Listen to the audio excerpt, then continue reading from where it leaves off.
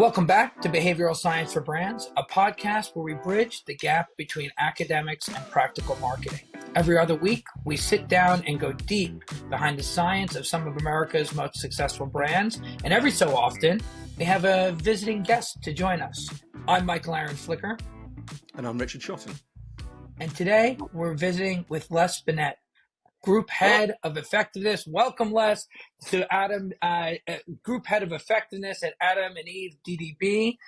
Let's get into it. So, Les, welcome to Behavioral Science for Brands. We're very excited to have you. Nice to be here. Richard and I have been big fans of your work for many, many years, and we're so excited to have you today. Les, I thought that maybe I could start by doing my best at a main stage presentation, 20-minute introduction. Okay, maybe I should just do a very short introduction for those that may not be as familiar with your work. And then maybe we can just have an interesting discussion between the three of us today, if that sounds good to everyone. Yeah. So, Les, for those that may have not been exposed to your work, you are a world-renowned expert in the field of marketing effectiveness. And according to the IPA, for our American listeners who may not know the IPA, that is the Institute of Practitioners in Advertising, the UK's leading association for marketers and advertisers. The IPA says, Les, that you have probably won more effectiveness awards than anyone else. In fact, in 2014, they awarded you the President's Medal in recognition of your contributions to marketing effectiveness. And as importantly, you've written extensively on how advertising works, how to make it work better, and how to evaluate it. Of course, your work with Peter Field has attracted lots of international attention. But really, for Richard and I, reading about your work and watching you talk to other leaders in the field has been a study of seeing how your interests have changed over the years, how you've kind of pulled at a thread and continued to learn and ask questions. And so I thought before we got into specifically talking about behavioral science and seeing where that takes us, I'm wondering if you could maybe share in 2 minutes, some of your biggest insights or reflections on your work so that those that would be interested can get a little bit of a primer. And then, of course, in our show notes, as everyone knows, we'll have links to all of your publications and for people to find more information. But maybe you could start us off that way. Okay. I'll probably go on far longer than 2 minutes. Okay. I think maybe if I can, I'd just like to praise you. Start by saying I'm not an academic. So you talk about the bridge between academia and practice. I'm not an academic. I'm a practitioner. Mm-hmm. So I work for what is probably the UK's best advertising agency, Adam and Eve DDB. I have to say that, it's in my contract. And my job as head of effectiveness is to measure the effectiveness of our advertising, to understand how advertising works, and to make it work better.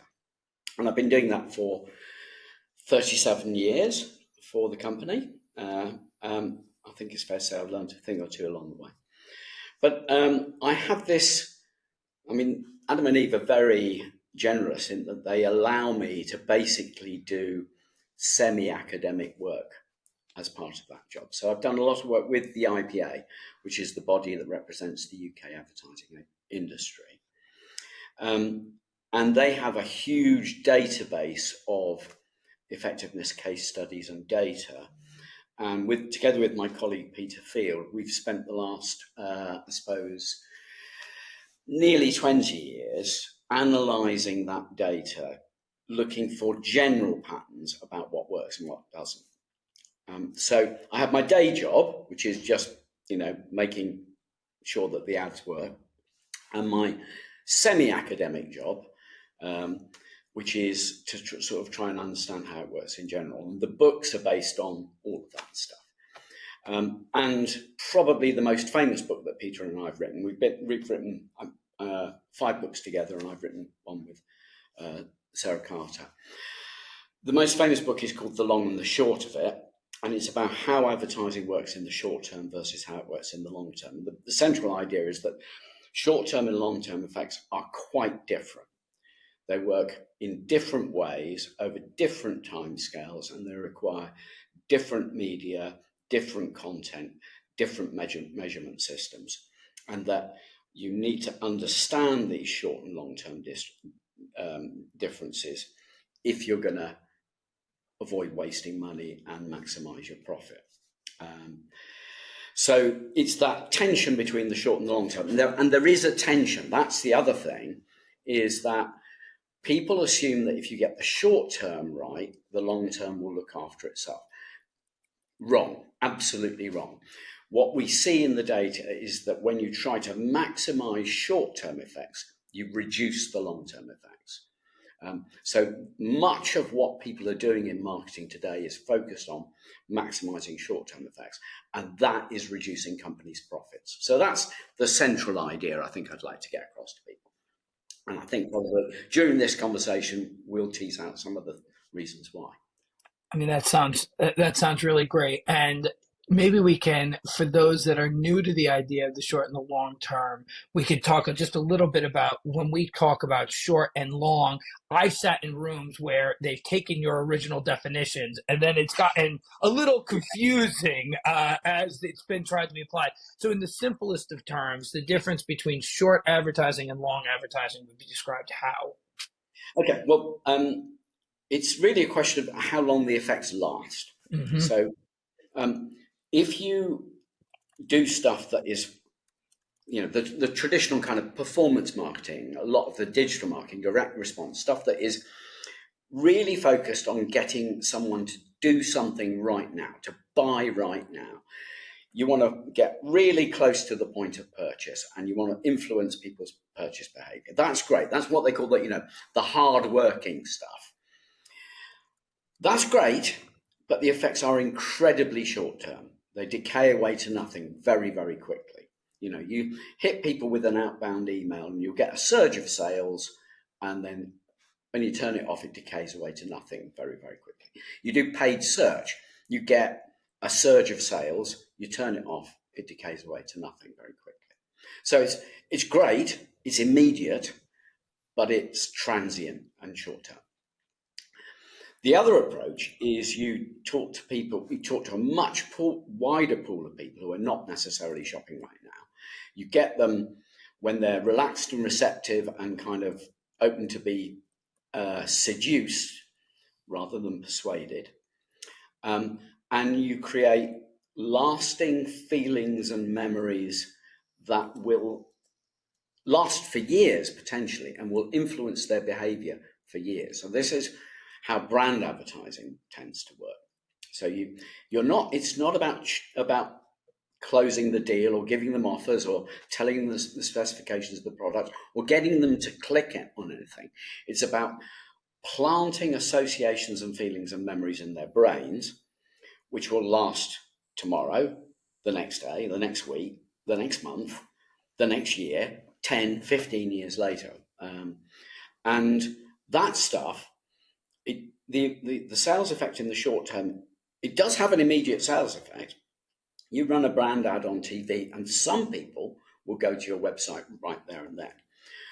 But the effects in the short term are much more modest, but they last for a very long time. And we can all think of ads from our childhood, which in my case is not recently.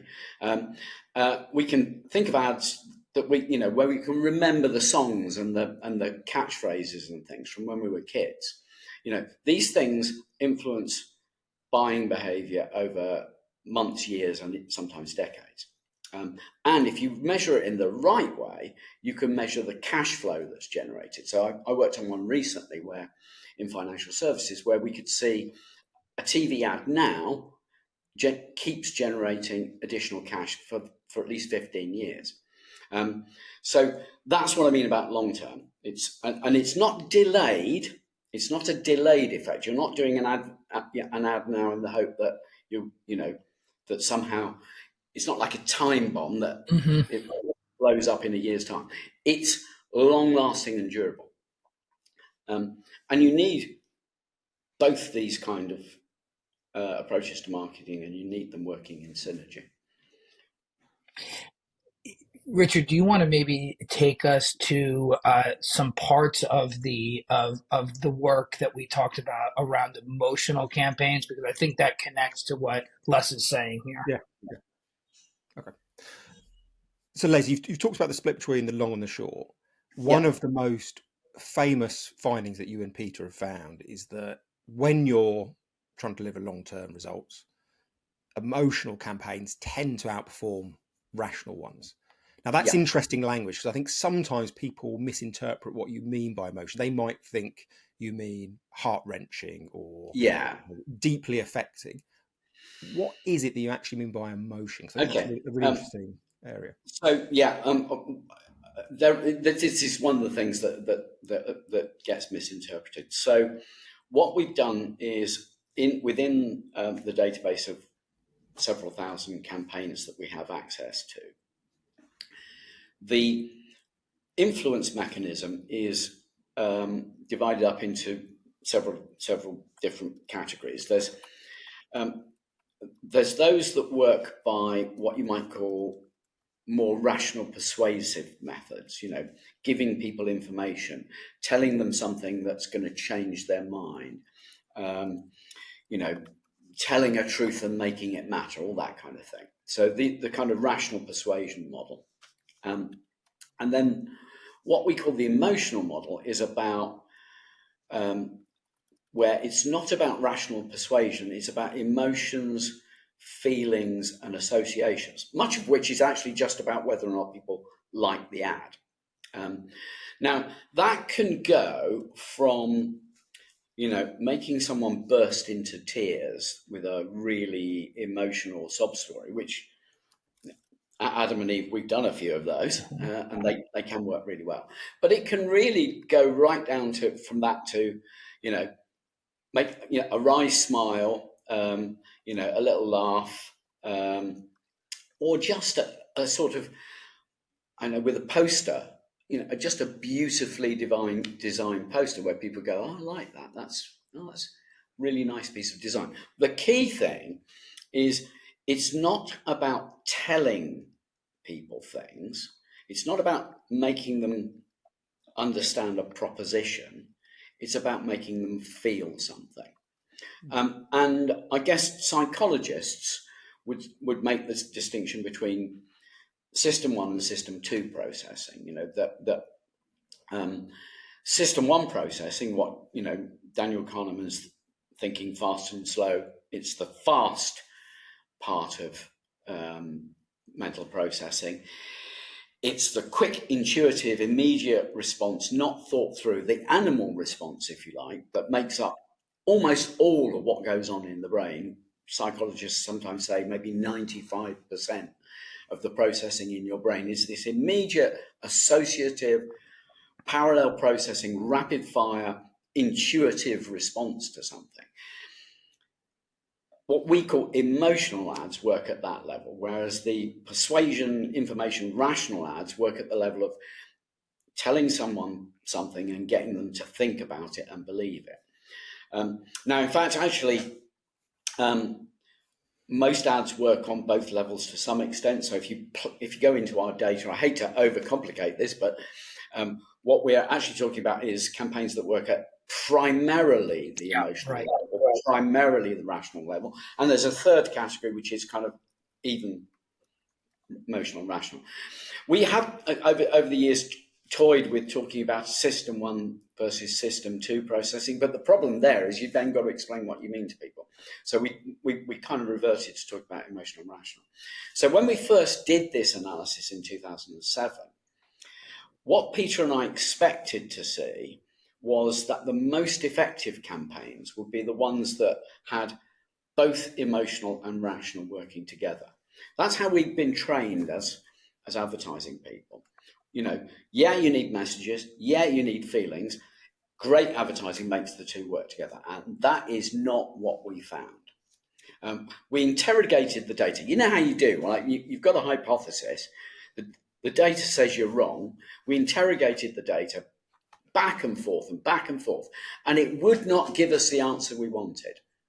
We found that in every category, in every medium, in every decade, in all economic circumstances, etc., that what worked least well was rational advertising. Rational and emotional together worked quite well, but leading with emotion worked best. Every single subdivision of the data except one, and that was direct response, where it was the other way around. So that was in our 2007 book. And then what happened was in 2013, when we did the long and the short of it, we started looking at short and long-term effects. And that's when it got really interesting, because what we found was, if you want to maximize short-term direct response effects, go rational. If you want to maximize long-term profit and growth, go emotional. And if you want to make everything work best, lead with the emotions, support with the rational. And a typical optimum balance is 60% long-term emotional brand building, 40% short-term activation performance, call it what you will. So we call that the 60-40 rule.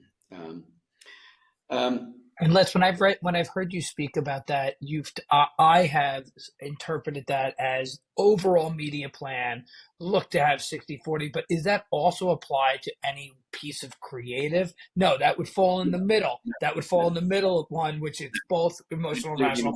So we're talking about overall media plans here, or overall exposure to consumers. Yeah, exactly. So at the very top level of budget setting, you should devote about 60% of your budget to the long-term stuff and about 40% to the short-term stuff.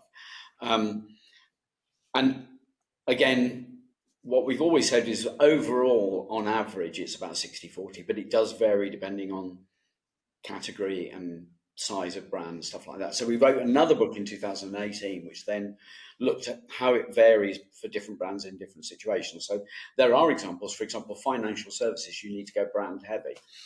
B2B, you need to go activation heavy.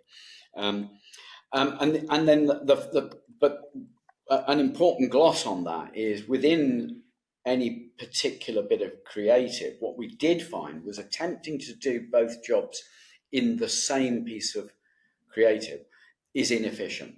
Right. And so, of course, that has real implications for, like, that people produce lovely, gorgeous, emotive, creative brand ads, and then they think, oh, then we'll put a 10-second sting on the end of it saying, and 50% off. And that's a great way to fuck your advertising up. I didn't know. There's completely new news for me that you had gone into the process and the research thinking you'd find a different result. And I really like that, because I'm always suspicious of research that conveniently enough proves the hypothesis. I mean, the whole process was a complete revelation to us, because it refuted all of our training.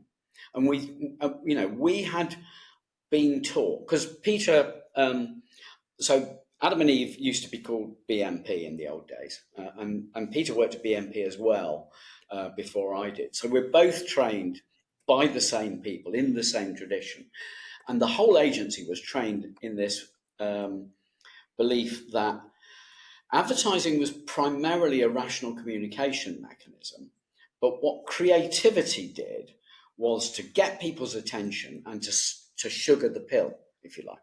So we used to use the phrase rational messages in emotional envelopes. So the idea is you have the cartoon characters and the music and the acting and the jokes and things like that, which make people pay attention to the ads. You use that to then slip, a rational proposition in and help to make sure that people remember it. And all the advertising that my agency used to produce was based on that message. And what we came to believe as a result of our analysis of the data was that was completely wrong. Really good brand advertising, the music, the fluffy animals, the dancing, etc., that's what sells, not the message. And in fact, we began to realize that for brand advertising, a lot of the time, the product points and the messages and things that were inserted into the ads sometimes were actually making them less effective. And they were mostly there to keep the clients happy.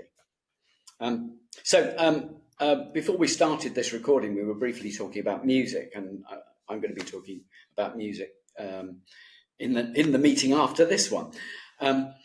One of the things that we found is that for some ads, it's very hard to put a precise estimate on this, but it looks like about 20 to 30% of the selling power of the ads is due to the choice of music. Wow. And that tells you that it's not a rational communications message. And we see this, the effectiveness of an ad can be massively changed by casting. We had an ad that we ran, a campaign that we ran in the agency, and there were several executions. And we had two versions of basically exactly the same script, but with a different actor in the lead role. And one worked way, way better than the other. It's not the proposition, it's whether or not people like the actress or the music, or whether the lighting's good. So all of this was a revelation to us. And this is really a critical point. You use the word liking, and Richard and I were listening to you in a podcast recently, the On Strategy podcast, where you talked about an ARF research from the 1990s that showed that liking was a rare predictor of success. Maybe you could talk a little bit, if our listeners want to make more a greater impactful emotional connections, then they need a playbook. How are we going to approach that? Everybody wants to be emotionally connected, but how? Yeah. So the US Advertising Research Foundation, the ARF, did this fantastic piece of research, which I think it may have taken them something like 15 years or something like that. It was an amazing, and I think it's largely forgotten now, apart from amongst old people. I'd never heard of it until I heard right. So what they did, let me see if I can remember the methodology. What they did was they looked for advertising campaigns in the US where advertising was run in some states but not others, which is much more common in the US than it is in many other countries. So, because you've got 50 states, a lot of regional stuff. And they were able to do, they had a collaboration with a research company, I can't remember which one, or it might have been a group of research companies, but basically they were able to use these as controlled experiments. So the minute they discovered a brand that had done this, they looked at the sales results, like in advertised, sales uplifts in advertised versus non-advertised regions. So, a lovely direct experimental measure of the sales effects. And what they did also at the same time was they put those ads into a pre-testing framework. Well, I say pre-testing, a testing framework. So they took the actual ads that were being run, they showed them to audiences, and they ran them through a number of different pre-testing methodologies. So they got lots of the pre-testing companies to all measure the same ads. So you said, okay, how effective do you think this ad should be based on how the audiences responded to it? So they had the actual sales results, and they had a bunch of different pre-testing scores. And the idea was to see, does pre-testing actually correlate with actual business performance? So I think it took them about 15 years or something, a very long time, to finally get a decent sample together, because the circumstances were rare. They had to move very fast in order to, find audiences that hadn't seen the ad and stuff like that. But the overall conclusions, there were several papers published on this, and it was quite controversial. One reading of the findings is basically that pre-testing is about as good as tossing a coin at predicting sales effects. At least it was then. And that most of the sort of dimensions and scores that people looked at had very little predictive power. But one thing that did have some predictive power was liking. So in other words, if you want to know if an ad's going to sell anything, just find out whether people like the ad or not. So, and of course, there was a lot of political dancing around the results because, of course, pre-testing companies did not want them to say that openly. So you have to read between the lines in the papers. But I think I actually went back to that research when we did our 2007 analysis. Thought, actually the answer was already there in the data. It's not about for brand advertising, at least, my overall conclusion is brand advertising is not a communications mechanism. It's a training mechanism. It's like Pavlovian conditioning. You're conditioning the public to like the brand by getting them to like the ad, broadly speaking. You ring the bell and the dog salivates. So I think that's quite a radical finding. Totally. And I think probably, Richard, you can see how that shades over into behavioral economics, because, if there's the overall big finding from behavioral economics is that people are much less rational than they like to pretend. They don't think as much as they think. And therefore, if you're going to do good advertising, you have to take all that into account. And I think it really fits with a principle in behavioural science known as the halo effect. So you can go all the way back to the 1930s, work of Thorndike, and there's this finding that when we are weighing up our view of a person or a product, we don't judge all their attributes independently. Yeah. We take one element of their personality, maybe they're particularly good looking or particularly clever or particularly funny, and we use that as a guide to all the other metrics. So if we think they're really intelligent, we'll think they're prettier or funnier. If we think they're really beautiful, we'll think they smell nicer and are funner to have around. So I think it's this idea of you can achieve a business goal quite obliquely. Yeah. Boost one metric really powerfully and the others will follow. And maybe the easiest thing to do in an advert is to change liking, because you can actually be funny in an advert, whereas all the other things that you often want to communicate, you can only claim them, and people will give greater weight to an action and a behaviour than a claim. Yeah, absolutely. So, I often forget which cognitive biases have which names, because I don't spend as much time as you do thinking about these things. But definitely, I would say the halo effect is part of it. And I've seen some great examples of this. So there's a famous case study for a brand of bread called Hovis in the UK, where they did this wonderful emotional ad to celebrate their centenary, I think, around about 20-something years ago. And it showed 100 years of, like the boy running through 100 years of British history. But it said nothing about the bread at all. So there's a little boy 100 years ago, goes out to buy a loaf of bread. He finds himself running through London and through scenes over 100 years. Actually, as I say this, I'm getting goose pimples on my arms because, and this happens a lot because it is, if you're a British person, it's got a lot of very emotional stuff in it. It's got Winston Churchill and it's got, the 1966 World Cup and all sorts of things, the Beatles, and it gives you a really visceral emotional response.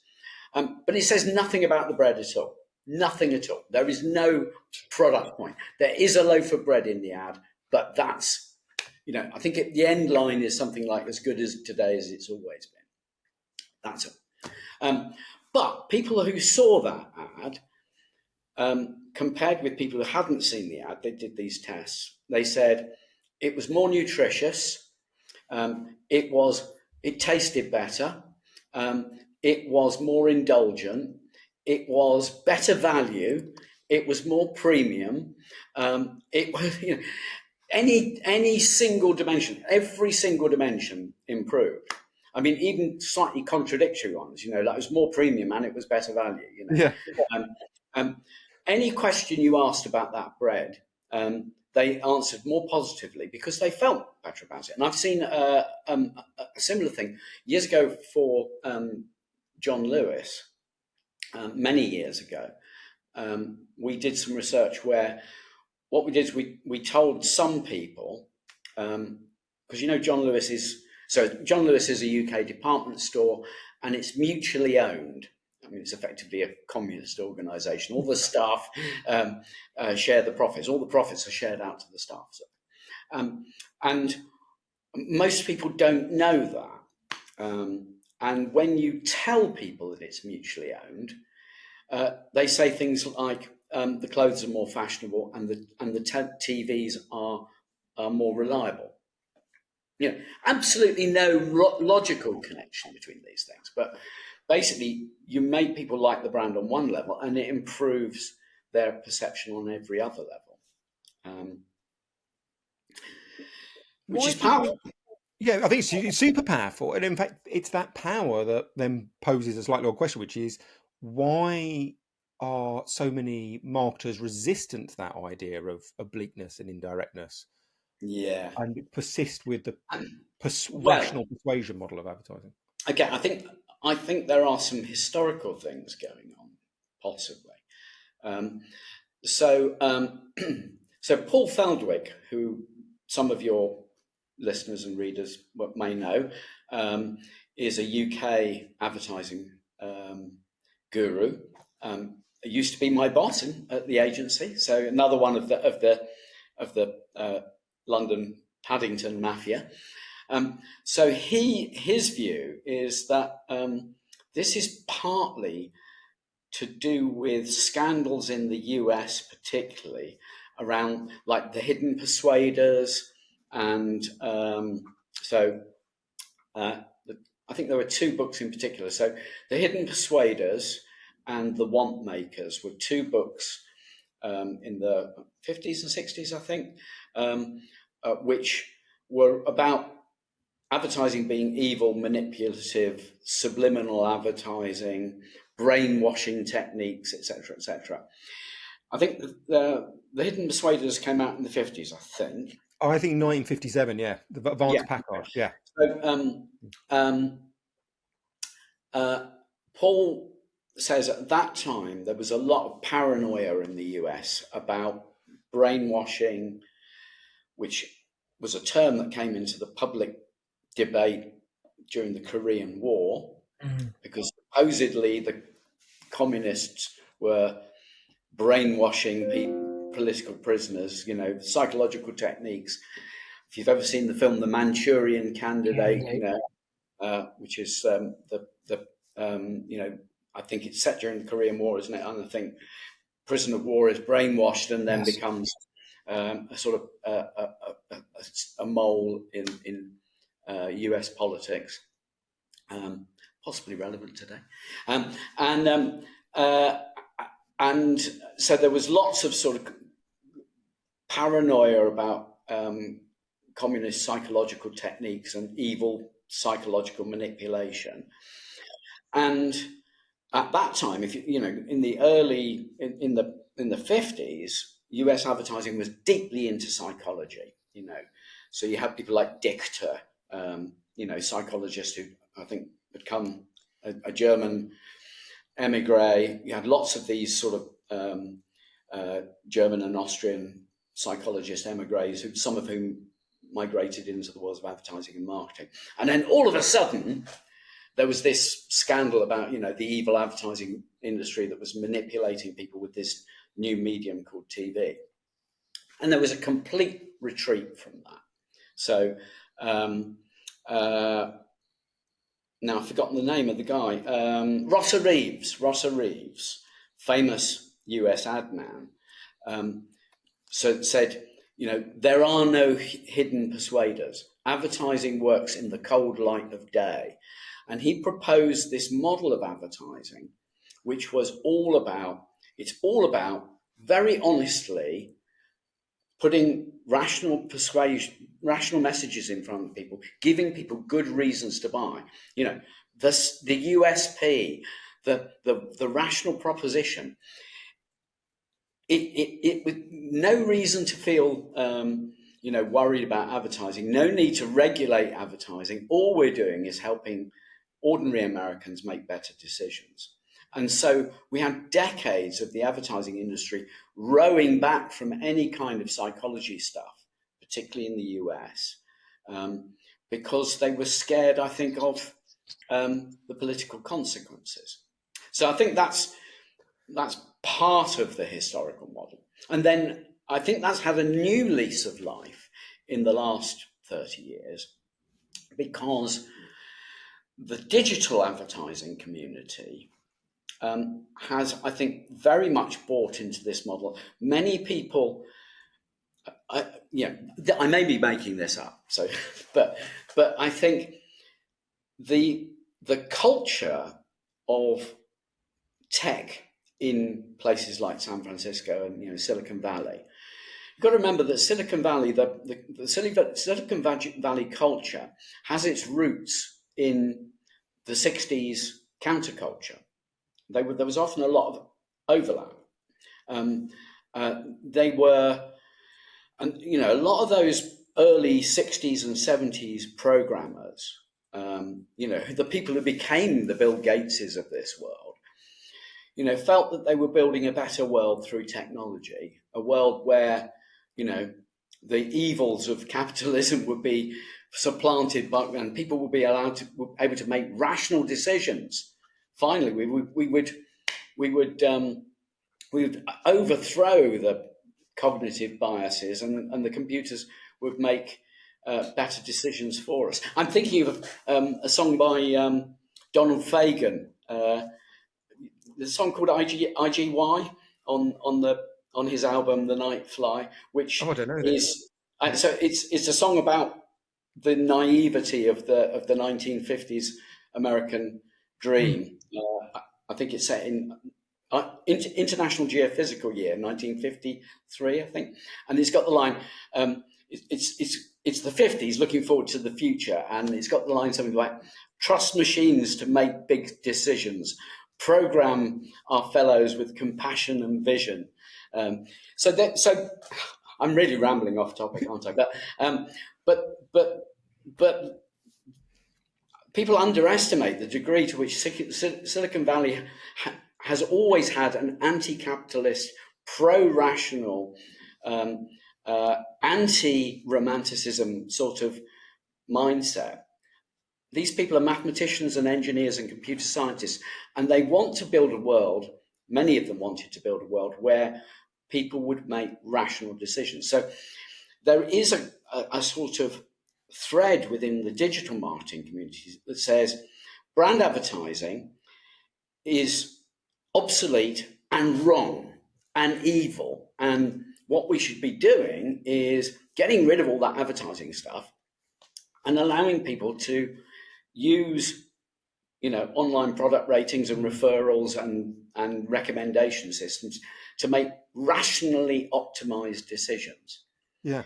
So there's these two threads, there's the sort of 1960s advertising works in the plain light of day, and the 1990s, when it finally surfaced, digital marketing is purely rational and gets rid of all that brand stuff anyway. Yeah. I can't remember if it was Bezos or Musk said something along the lines of, advertising is a tax that poor products.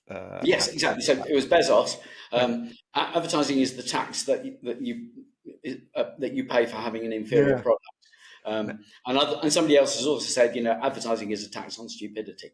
And then Bezos in was it 2014 then said in one of his earnings calls, "We have fallen in love with advertising." Yeah. Yeah. It's interesting. When I started my career in the 90s, we started as a digital advertising agency, and that emotion that if we only give more rational choice, and right now, Amazon product ratings in the Amazon system in the US is 1 out of every $2 spent on e-commerce. It felt like that would make sense. Yeah. But I think, harkening back to earlier in our conversation, the problem is that we don't have a ton of confidence in the pre-testing, or people say they're rational, but they act emotionally. And you Yeah. only have to look as far as what you decided to put on this morning for clothes, or what you choose to eat that was much more emotionally driven than rational, that starts to disintegrate that idea. Yeah, I mean, you start to interrogate it and you go, this doesn't make sense at all. I mean, when you talk about what people eat, this is one of my favorite ones. When you do blind versus branded taste tests, the differences are huge. I've seen a good example of this with beer, where you asked people to rank a bunch of brands, some of the biggest beer brands in the UK. This was a while ago, and you get them to rank them on blind tests, and you get them to rank them branded, and the rankings are completely different. And in particular, the brand, which I won't name, which people think in branded tests is the best tasting beer and the one that they pay most for, is the one that on blind tests they think tastes disgusting. People will go, oh yeah, this is the best beer, and then actually when you do it blind, they don't like the taste of it at all. And this applies to all sorts of things. So actually, I had a little experience a couple of days ago. So a friend came to stay with me from out of London, and we went to the shop to buy some beer before dinner, and she went to go and pick up. Again, I probably shouldn't name the brand, so I won't name the brand. But she went to pick up a particular brand. She said she's a great traveller. She's somebody who goes all around the world and loves backpacking and all this thing. She went to pick up what she thought was a brand from country X. I'm mindful of not getting sued here. And she was, I always buy this because it's the taste of country X. And I said, you do know that that's a fake brand that has just been created within the UK, brewed in the UK to have, these country X credentials. And I later sent her an article from a marketing magazine about how they've done that. I bet you can now guess which brand I'm talking about. Yeah, I think that's really I'm never going to fucking buy that brand again. But she just totally, she just bought into the image, and Of course, it's the best tasting brand. And I believe you get similar effects amongst wine tasting professionals. They don't know what they're talking about. the brand. Let's just put it. The brand helps guide them less. The brand helps give them the. Well, there is another way of thinking about things, which is that actually, if you think you're having a brilliant dinner, with wonderful wine and wonderful food, that's the real experience. Correct. So there was an academic who said, we taste with our minds, not with our mouths. I can't remember who said that, but I've learned this myself. We're going to completely run out of time before we talk about any of the things you wanted to do. This has been wonderful. But I learned this myself in that when I cook for my family, which I don't much anymore, actually, because they hate my cooking. But I realised that actually the way that I present the food, so how it's arranged on the plate, the colours, and what I say about the food affects how they'll present it. So, if you sort of put it down on the table and it looks brown, and you say, yeah, this is probably not very good, I'm sorry, it was all I had time to, they'll hate it. But if it's the sizzle, is the sausage to some extent. We'd call that the illusion of effort that can improve it. But I think this does connect to the top of the podcast, because for us, behavioral science gives us some of the how to get to that liking. It gives us some confidence that if we use these tactics, like the illusion of effort, like social proof, it gives us some of the ways to better increase the chances that they're going to feel that way. when they go. So I think that it's very applicable, and it's directly connects. And it has lessons for life beyond advertising and marketing. I mean, like for example, one of the behavioural economics findings, about cognitive ease. That thing, for example, if something is written in handwriting that's easy to read, people are more likely to believe it.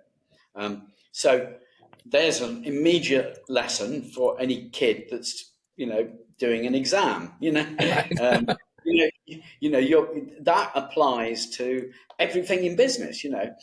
If you just make sure your slides, put a little bit of effort into making sure that they're nicely legible and not too ugly, then you're going to have the audience on your side a bit more. Yeah, I think you're absolutely right there. There's a broad theme from behavioural science, which is often when we're faced with a complex problem, a complex question, we replace it with a easier question that gives us an almost as good answer. Yeah, and exactly. The complex question might be: is this salesperson going to, trustworthy, deliver on what they say? Yeah.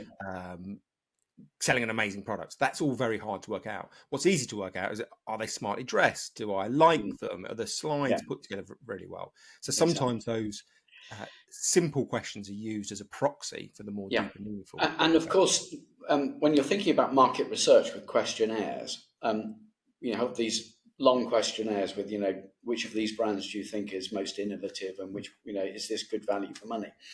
The real answer to most of those questions is, I have no idea. Value for money in particular, I have a bit of a bee in my bonnet about that, because I don't think people know how to answer that question. What we like to think is that value for money is a trade-off between the quality of the goods and services and what you pay for them. Asking people what the price is hard enough. Asking people about the quality is hard enough. Getting them to work out the trade-off is really hard. So I suspect a lot of the time when you ask people about value for money, what they simply go is, which one's the cheapest, I think. But in general, what happens is when they ask all these questions on a questionnaire, they go, I have no idea, I have no idea, I have no idea. What's an easier question? Have I heard of it? Do I like it? Yeah. And so we haven't really talked about the have I heard of it bit, the mental availability bit.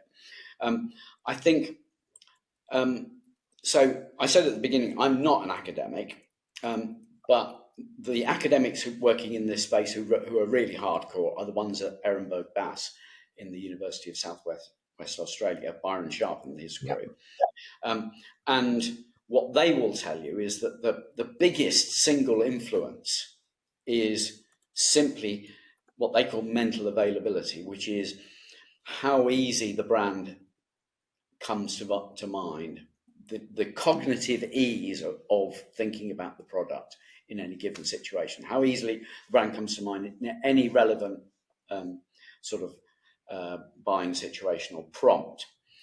So what tends to happen is, if you've heard of a brand, if it's well known, you immediately think it's one of the big brands in the category. You will tend to think it's good because it's big and it's well known and it's good. Familiarity with a product tends to lead to a higher rating. And then on top of that, if it comes to mind is the first thing, and if it comes to mind with some positive associations, a funny cartoon dog, nice music, a logo I like, and stuff like that, that also influences people's decisions. And those two things are also bound together because people tend to like things that are familiar. So how does that link with your and Peter finding the fame driving campaigns are particularly effective? Yeah, absolutely. So, what we tend to find is that the more you move awareness type measures, the better the effect. So, prompted awareness, good. Spontaneous awareness, even better. The more awareness measures that move, the better. And at the top level, fame, where, I know this brand, I immediately think of this brand. I know you know this brand and think of this brand. I know you know and think of this brand. We talk about this brand. It's one of the brands in culture. When you get to that level of fame, it seems to be a multiplier that that just makes everything work harder. By our estimates, about 4 times harder. So fame isn't the same as awareness then? You're saying it's I know that you know. Is that the difference in awareness and fame? Fame is so awareness is really just first base. I've heard of, I'm just looking around to see if I can see a brand. I don't know. I've heard of Kia cars, for example. Of course I've heard of them. Everyone's heard of them. When I'm thinking about buying a hatchback or a whatever, does Kia immediately come to mind? Maybe not. When I'm thinking about, I don't know, a sports car, does Kia come to mind? Almost certainly not. Really famous brands would be the brands that, they're the default brands in the category, but also they're bigger than that. They're ones that people, Rolls-Royce and Lamborghini and Porsche and these sorts of brands are brands that people think and talk about even when they're not buying a car. And brands like Nike and Apple and Google, they're part of the cultural conversation. There's not that many brands that can get up to that level, but I'd say mental availability and salience is a higher level than mere awareness. And then there's fame, which is when you really get to the level that people are talking about you. I mean, I would like to say that the best work that we did for the John Lewis department store in the UK, that really was famous because people really were talking about it. It doesn't happen very often. Yeah. And the fame and emotion all go together because it's almost impossible to do famous work without tapping into people's emotions. People don't talk about stuff that doesn't make them feel something. Nobody goes down to the pub and go, "Hey, I got this mailing this morning that had some great proof points." No, they don't do that, do they? No. Les, as we're coming to the close on our time together, I was hoping that you might do some lightning round things with us. Richard and I had a few questions we couldn't live without asking you about. So could we do maybe 2 or 3 lightning round questions, then we'll come to a close? Okay. In How Not to Plan, you included a chapter on consistency matters. And this really raises the idea about creative wear out. Can you share your thinking on creative wear out? Is it exaggerated? How should marketers think about it? And what's caught on this? Where research has been done, it suggests that most ads don't wear out. Ads are rarely run for long enough for them to wear out. There are exceptions. So the exceptions are rational ads that are time limited, like new product launch or sale on Friday. Most ads don't wear out. And where will you get rational ads that wear out? If there's a time element that you just spoke about, is frequency the other consideration when you're thinking about wear out, or there's just not enough exposure to be concerned about it? Well, the thing is, rational advertising is about getting a message across. And therefore, once you've got the message across, you don't need to run it anymore. Brand advertising mostly doesn't work that way. It's about creating a feeling, and you can run it again and again and again. Having said that, there is an issue of reach versus frequency. So reach is more efficient than frequency, and you should go for reach first, frequency second. And then once you've done that, I mean, most people don't have the budget to run. Once they've built up reach, they don't have the budget to run it enough times to piss people off. Got it. Excellent. Richard, you're up. Thank you, Les. I heard you recently talk about price effects being the dark matter of effectiveness, and I thought this was a wonderful phrase. Can you explain what you meant by that, Liz? Yeah. Almost everybody, when they're measuring the effects of advertising, looks at it in terms of sales volume. Well, I mean, a lot of the stuff is measuring things like tracking measures, which is mostly bullshit. You should be measuring the sales effects. But the other thing that advertising can do, so advertising does raise your sales level above where it would otherwise have been. But the other thing it can do is reduce price sensitivity and enable you to charge more. And that's the other half of the advertising effect, and that's rarely measured. And where it is measured, you tend to find that that's the more profitable half. So, it's like physicists say we haven't measured most of the matter in the universe because of dark matter. We routinely ignore most of the profit that comes back from advertising because it comes on the price side, not the volume side. So there's a real danger people are underspending on advertising if they're judging what the right amount to spend on just based on half of the effectiveness, volume uplifts, and they're ignoring price sensitivity. Yeah. Okay, yeah, fascinating.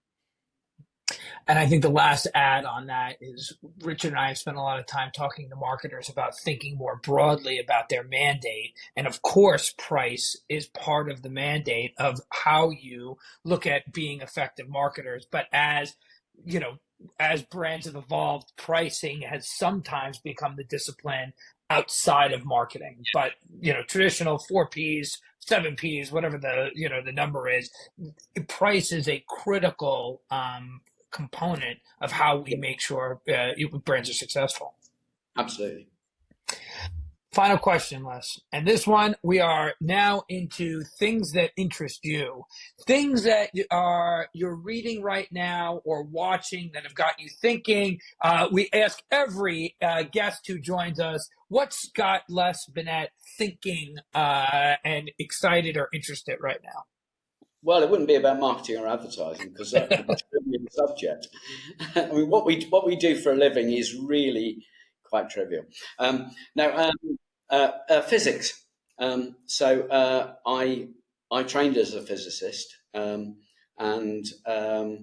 my daughter, who's 17, looks like she's going to become a physicist as well, and that has got me interested in physics again. So most of my reading, when I'm not reading The Economist or whatever, is about things like electromagnetism. Fascinating. Amazing.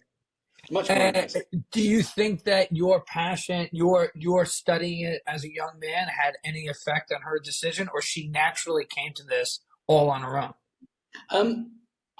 Well, it is weird because it was unexpected, and I certainly haven't pushed her in that direction at all. I think it might be, to some extent, sort of genetics, actually. Her way of thinking is very similar to mine. And I mean, so the relevant thing is I approach thinking about advertising as a physicist. Yes. And Peter Field, my co-author, is an engineer. So when we think about advertising, we think about it with that kind of physics and engineering mindset. Listen, we can't thank you enough for taking time to be with us today. A wide-ranging discussion covering many, many topics. And what we'll do, as we always do, is drop all the source material that we spoke about today, references that Les made, that Richard and I made, will go into the show notes. And we'll make sure that as folks are listening and watching, they're also able to do some follow-up learning on their own. Okay, brilliant. Thank you, Les. Until next time, I'm Michael Aaron Flicker. And I'm Richard Shotton. And I'm Les Binet. Thanks for being with us. Thank you. It's been fun.